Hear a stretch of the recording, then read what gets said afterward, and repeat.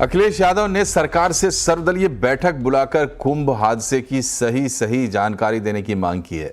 अखिलेश यादव ने लोकसभा में राष्ट्रपति के अभिभाषण पर चर्चा के दौरान कहा कि सरकार बजट के आंकड़े गिना रही है तो कुंभ में मारे गए लोगों का सही आंकड़ा भी बताना चाहिए। उन्होंने कहा कि लोग पुण्य कमाने आए थे और अपनों का शव लेकर घर गए हैं। सरकार बताए कि असल में कितने लोगों की मौत हुई, घायलों के इलाज और महाकुंभ के लिए किए गए इंतजाम का ब्यौरा भी दे। उन्होंने कहा कि महाकुंभ में डिजास्टर मैनेजमेंट और खोया पाया की जिम्मेदारी सेना को देना चाहिए। अखिलेश ने कहा कि जो लोग सच छिपाने के लिए जिम्मेदार हैं उन्हें सजा मिलनी चाहिए। अखिलेश ने कहा कि डबल इंजन की सरकार बताए कि अगर वहां कुछ गलत नहीं हुआ तो फिर सच को छिपाया क्यों गया। महाकुंभ हादसे के लिए जिम्मेदार लोगों पर घोर दंडात्मक कार्रवाई हो। जिन्होंने सच छिपाया है उनको दंडित किया जाए। अध्यक्ष महोदय, हम डबल इंजन की सरकार से पूछते हैं, अगर अपराध बोध नहीं था तो आंकड़े दबाए, छिपाए और मिटाए क्यों गए हैं? राष्ट्रपति द्रौपदी मुर्मू को लेकर अपमानजनक शब्दों के इस्तेमाल के लिए राहुल गांधी के खिलाफ बीजेपी ने विशेषाधिकार हनन नोटिस दिया है। आज बीजेपी के आदिवासी सांसदों के एक ग्रुप ने राज्यसभा के चेयरमैन से मुलाकात कर कार्रवाई करने की मांग की है। ये नोटिस राष्ट्रपति के अभिभाषण के बाद सोनिया, राहुल और प्रियंका की बातचीत से संबंधित है। इधर कल अभिभाषण पर चर्चा के दौरान राहुल गांधी ने चीन को लेकर जो बातें कही थी उस पर संसदीय कार्य मंत्री किरेन रिजिजू ने आपत्ति जताई है। रिजिजू ने कहा है कि कल राहुल गांधी ने चीन का इतनी बार नाम लिया है जितना चीन के प्रवक्ता भी नहीं लेते हैं। उन्हें माफी मांगनी चाहिए कि 1959 और 1962 में चीन ने भारत की जमीन हड़प ली। उस वक्त उनके नाना देश के प्रधानमंत्री थे। चीन का प्रवक्ता से भी ज्यादा चीन का तारीफ आज नेता प्रतिपक्ष ने इस सदन में किया। भारत के संसद में चीन का गुणगान इतना गाया मैं तो आज तक जिंदगी में सुना नहीं है। और दूसरी बात, नेता प्रतिपक्ष उसी पार्टी से आता है, इसलिए मैं कह रहा हूं 1959 में और 1962 में जितना जमीन हमारा देश का जमीन, चाहे वो लद्दाख हो चाहे अरुणाचल प्रदेश में हो, कहीं भी हो, 1959 और 1962 में जितना जमीन चीन ने कब्जा किया है उसके लिए श्रीमान राहुल गांधी माफी मांगना चाहिए। राष्ट्रपति के अभिभाषण पर संसद में संग्राम छिड़ा हुआ है। पीएम मोदी राष्ट्रपति के अभिभाषण पर लोकसभा में उन्होंने जवाब दिया और इसी पर होगी आज बड़ी चर्चा शाम 7:57 पर आवाज अड्डा में। राजधानी दिल्ली में कल वोट डाले जाएंगे। पोलिंग बूथ पर बीएलओ के साथ साथ मेडिकल असिस्टेंट्स और सेल्फी पॉइंट्स भी बनाए गए हैं। किस तरह की व्यवस्था है इस बार पोलिंग बूथ पर, जायजा लिया दीपाली नंदा ने। राजधानी दिल्ली में वोटिंग की तैयारियां अपने अंतिम चरण में पहुंच गई हैं। इस वक्त हम मौजूद हैं बाबर रोड पर अटल आदर्श प्राथमिक विद्यालय पर जो पोलिंग स्टेशन बनाया गया है वहां पर किस तरह की तैयारी है इसका हम जायजा ले रहे हैं। सबसे पहले आप देखेंगे पोलिंग स्टेशन पर जब आप आएंगे तो यहां पर वोटर असिस्टेंस बूथ बनाया गया है। खासतौर पर जो बीएलओज हैं वो यहां पर बैठेंगे और अगर वोटर्स को किसी तरह की कोई दिक्कत होती है तो यहां पर उस दिक्कत का समाधान निकाला जाएगा। साथ ही यहां पर वोटर्स के लिए वेटिंग एरिया भी बनाया गया है और यहां पर आप देख सकते हैं सेल्फी पॉइंट भी बनाया जा रहा है। सेल्फी पॉइंट की अगर मैं बात करूं तो पिछले कुछ इलेक्शन से हम देख रहे हैं काफी पॉपुलर रहा है और लोग यहां पर आते हैं, वोट देते हैं और जो अपनी इंक्ड फिंगर है उसके साथ सेल्फी भी खिंचवाते हैं। तो यहां पर आप देखेंगे कि काफी खूबसूरती से इस पोलिंग बूथ को बनाया गया है और पोस्टर्स के जरिए यहां पर अवेयरनेस वोटर्स में हो इसकी भी यहां पर कोशिश की गई है। अलग अलग पोस्टर्स और पिक्चर्स यहां पर लगाई गई है कि किस तरह से अगर आप वोट देते हैं तो ये लोकतंत्र को सशक्त बनाएगा।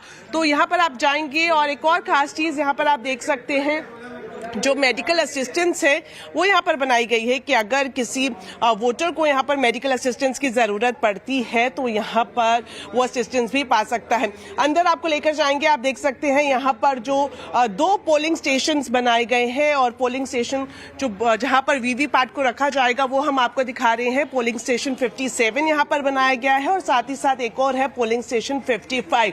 तो 2 पोलिंग स्टेशन इस स्कूल में बनाए गए हैं और यहाँ पर आप देख सकते हैं अंदर फिलहाल आपको टेबल चेयर ही दिखाई देंगे और शाम तक या फिर कहे रात तक यहाँ पर वीवीपैट्स को प्लेस किया जाएगा और कल सुबह 7 बजे से वोटिंग की प्रक्रिया शुरू हो जाएगी। तो मैं आपको बता दूं कि अगर कल की पोलिंग बूथ सेशंस की बात करें तो जो नंबर है वो 13,000 से ज्यादा है, यानी कि राजधानी दिल्ली में 13,000 से ज्यादा इस तरह के पोलिंग स्टेशंस बनाए गए हैं जिसमें 1,53,00,000 के करीब वोटर्स आएंगे और वीवीपैट के जरिए अपना वोट डालेंगे। दीपाली नंदा, दिल्ली। प्रधानमंत्री नरेंद्र मोदी ने आज राष्ट्रपति के अभिभाषण पर अपना जवाब दिया। प्रधानमंत्री मोदी ने इसमें कांग्रेस और पहले की सभी सरकारों पर जमकर निशाना साधा। उन्होंने राजीव गांधी का नाम लिए बिना राजीव गांधी पर हमला बोला। राजीव गांधी और कांग्रेस के समय में भ्रष्टाचार को हाथ की सफाई बताया। इसके अलावा दिल्ली की आप सरकार पर भी निशाना साधा और युवाओं को धोखा देने का आरोप लगाया। अपने जवाब में मोदी ने विदेश नीति, बजट में मिडिल क्लास को राहत, विकसित भारत और 21वीं सदी के भारत के बारे में अपने कामकाज को गिनाया। एमएसएमई से लेकर बड़े उद्योगों तक के लिए बजट में जो प्रावधान थे वो बताए। हम भी 2047 जब देश आजाद होगा, तब आजादी के 100 साल होंगे तब हम विकसित भारत बन के रहेंगे। ये सपने लेकर के चलना चाहिए। और आदरणीय अध्यक्ष जी, मैं विश्वास से कहता हूं हमें और बड़े लक्ष्य पार करने और हम करके रहेंगे। और माननीय अध्यक्ष जी, ये तो अभी हमारी तीसरी ही टर्म है।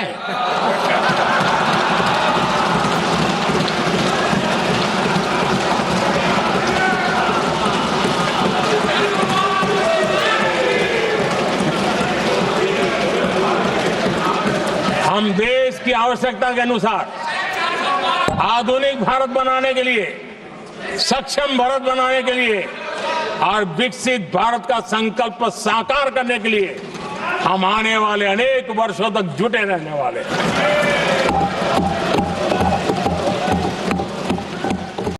JFK's फॉरगॉटन क्राइसिस नाम की किताब है। ये किताब एक प्रसिद्ध फॉरेन पॉलिसी स्कॉलर ने लिखी है और इसमें महत्वपूर्ण घटनाओं का जिक्र है। इस किताब में भारत के पहले प्रधानमंत्री और वो विदेश नीति को भी नेतृत्व करते थे। इस किताब में पंडित नेहरू और अमेरिका के तब के राष्ट्रपति जॉन एफ कैनेडी के बीच हुई चर्चाओं और निर्णयों का भी विस्तार से वर्णन है।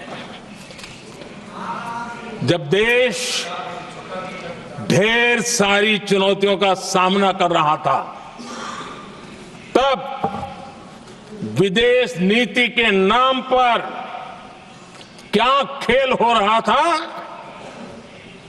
उस किताब के माध्यम से सामने आ रहा है।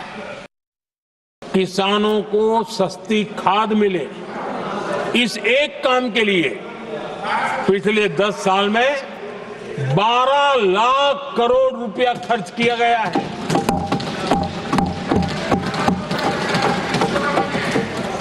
पीएम किसान सम्मान निधि, उसे करीब 3.5 लाख करोड़ रुपए डायरेक्ट किसान के खाते में पहुंचे हैं।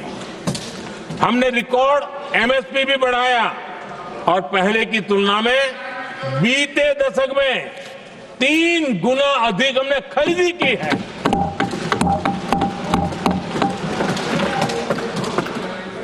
किसान को ऋण मिले, आसान ऋण मिले, सस्ता ऋण मिले, उसमें भी 3 गुना वृद्धि की गई है। पहले प्राकृतिक आपदा में किसान को अपने हाल पर छोड़ दिया जाता था, हमारे सेवा काल के दौरान पीएम फसल बीमा के तहत 2 लाख करोड़ रुपए किसानों को मिले हैं। पहले ताकि हम चाहते हैं कि जिसका हक है उसको मिलना चाहिए। अगर योजना है, उसका हक है, तो उस तक पहुंचना चाहिए। 1 रुपया और 15 पैसा वाला खेल नहीं चल सकता। लेकिन कुछ लोगों ने क्या किया, मॉडल ही ऐसा बनाया कि कुछ ही लोगों को दो, औरों को तड़पाओ और तुष्टीकरण की राजनीति करो। देश विकसित भारत बनाने के लिए तुष्टीकरण से मुक्ति पानी होगी। हमने रास्ता चुना है संतुष्टीकरण, तुष्टीकरण नहीं, संतुष्टीकरण, और उस रास्ते पर हम चले हैं। हर समाज, हर वर्ग के लोगों को बिना भेदभाव के जो उसके हक का है वो उसको मिलना चाहिए। ये है संतुष्टीकरण। कोई मुझे बताएं, क्या एक ही समय में संसद में एससी वर्ग के एक ही परिवार के 3 सांसद कभी हुए हैं क्या? एससी वर्ग के एक ही परिवार के 3 सांसद कभी भी हुए क्या?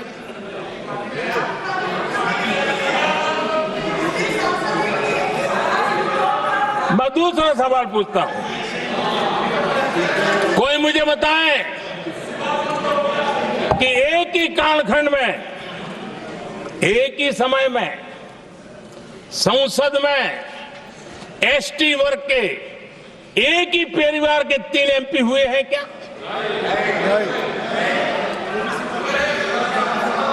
आदरणीय अध्यक्ष जी, कुछ लोगों की वाणी और व्यवहार में कितना फर्क होता है, मेरे एक सवाल के जवाब में मिला।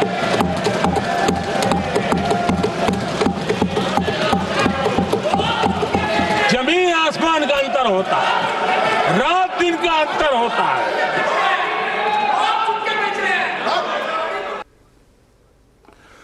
और अब बात करते हैं बाजार की। बाजार में आज जोश हाई दिखा। सेंसेक्स निफ्टी में 1.5% से ज्यादा की तेजी रही। सेंसेक्स 1397 पॉइंट चढ़ा। निफ्टी करीब 1 महीने के ऊपरी स्तर पर बंद हुआ है। निफ्टी 378 पॉइंट चढ़कर 23,739 पर बंद हुआ। निफ्टी बैंक इंडेक्स भी करीब 2% उछला। Mid cap small cap index अच्छी बढ़त के साथ बंद हुए हैं।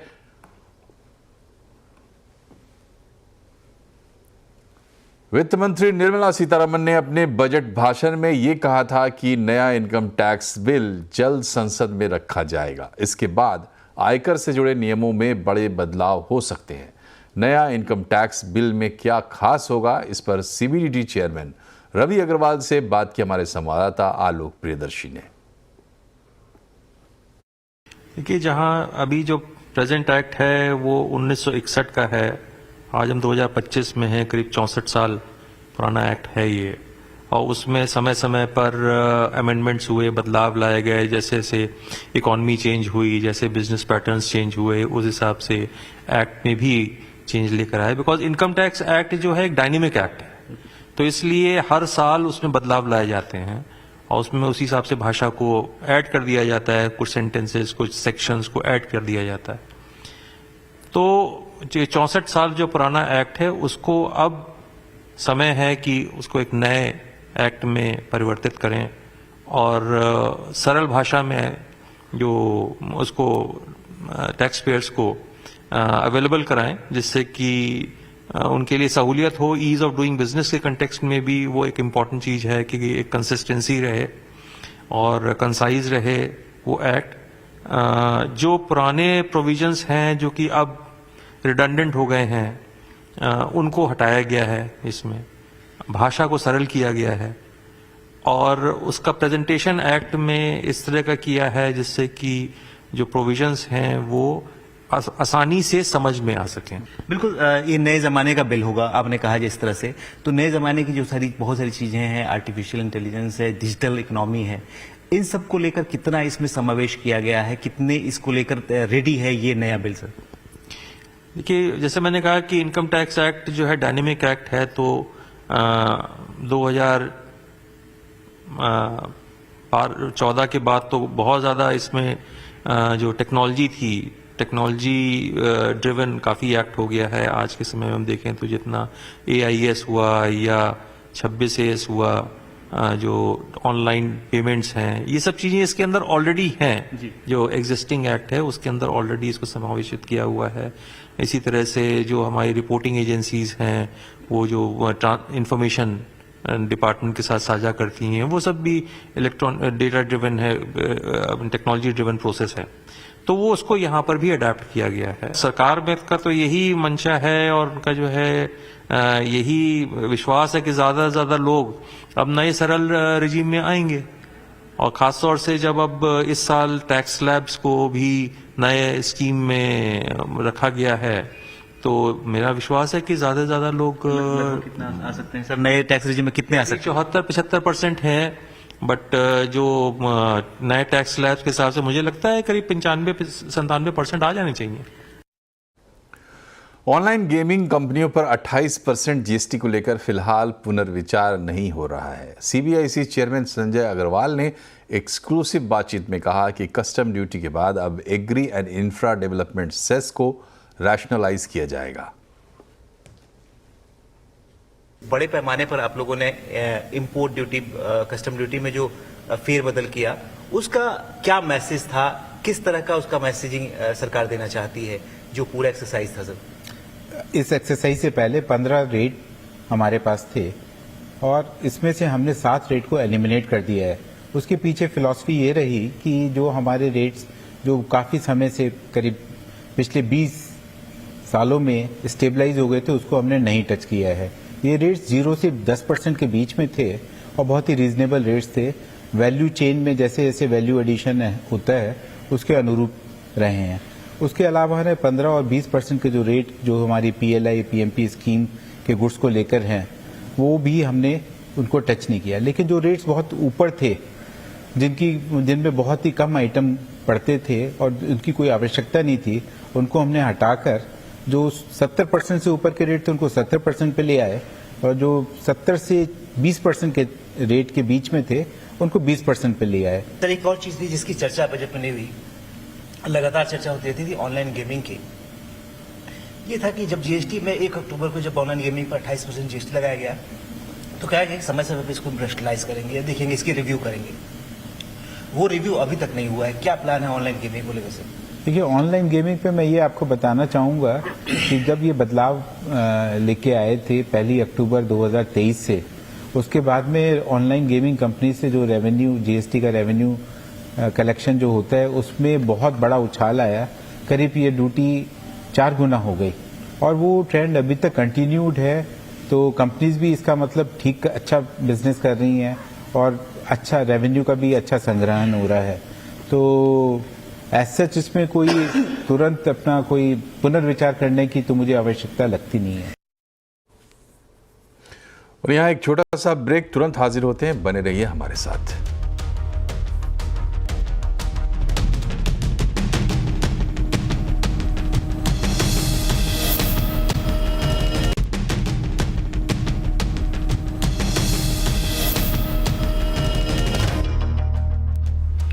ब्रेक के बाद एक बार फिर से आपका स्वागत है। बृहन-मुंबई महानगर पालिका BMC ने आज वित्तीय वर्ष 2025-26 के लिए बजट पेश किया है। इस बार का बजट कुल 74,366 करोड़ रुपए का है, जो पिछली बार से 14.19%, लगभग 15% ज्यादा है। महाराष्ट्र के डिप्टी CM एकनाथ शिंदे ने इस बजट को सामान्य नागरिक का बजट बताया। टैक्स में बढ़ोतरी, करवाड़, दरवाड़, कोई भी भुर्दंड, कोई भी शुल्क बढ़ाने का काम नहीं करते हुए ये बजट जो है सर्वसामान्य नागरिक के लिए लोकाभिमुख है। 74,427 करोड़ का ये बजट है और ये बजट 9,000 करोड़ से ज्यादा है। पिछले बजट से 14.19% ये बढ़ोतरी है। ये बहुत अच्छी बात है, ये अच्छे साइन है। प्रधानमंत्री नरेंद्र मोदी जल्दी ही अमेरिका का दौरा कर सकते हैं। 12 से 14 फरवरी के बीच पीएम अमेरिका जा सकते हैं और 13 फरवरी को अमेरिकी राष्ट्रपति डोनाल्ड ट्रंप से प्रधानमंत्री मोदी की मुलाकात भी हो सकती है। असल में फ्रांस में हो रहे एआई सम्मेलन में पीएम हिस्सा लेने पहुंचेंगे। इसके बाद अमेरिका जा सकते हैं। हालांकि उनके अमेरिका दौरे की आधिकारिक घोषणा फिलहाल नहीं हुई है। सत्ता संभालने के बाद राष्ट्रपति डोनाल्ड ट्रंप ने अवैध प्रवासियों को बाहर निकालने के लिए एक्शन तेज कर दिया है। अमेरिका ने अवैध अप्रवासी भारतीयों को डिपोर्ट करना भी शुरू कर दिया है। अप्रवासियों को लेकर अमेरिका का मिलिट्री एयरक्राफ्ट C-17 रवाना हो गया है, जो जल्द ही भारत पहुंच सकता है। इसी के साथ अमेरिका ने पेपरलेस यानी कि बिना कागज वाले भारतीयों के खिलाफ भी एक्शन शुरू कर दिया है। राजस्थान में धर्मांतरण विरोधी बिल पेश किया गया है। राजस्थान विधानसभा में मंत्री गजेंद्र सिंह सिंवसर ने इस विधेयक को पेश किया है। इस बिल में लव जिहाद और धर्मांतरण पर कठोर सजा का प्रावधान है। इसके साथ ही जबरन धर्मांतरण पर 3 से 10 साल की सजा का प्रावधान है। मर्जी से धर्म परिवर्तन करने पर भी 60 दिन पहले कलेक्टर को इसकी सूचना देनी होगी। अगर ये विधेयक पास हो जाता है तो 16 साल बाद नया धर्मांतरण कानून बनेगा। 2008 में वसुंधरा राजे सरकार के समय भी इस बिल को लाया गया था, मगर राष्ट्रपति की मंजूरी नहीं मिलने से बिल लागू नहीं हो पाया था। इसी के साथ बुलेटिन में फिलहाल इतना ही, लेकिन खबरों पर लगातार अपडेट रहिए और इसके लिए जुड़े रहिए CNBC आवाज से हमारे सोशल मीडिया हैंडल्स के जरिए। नमस्कार।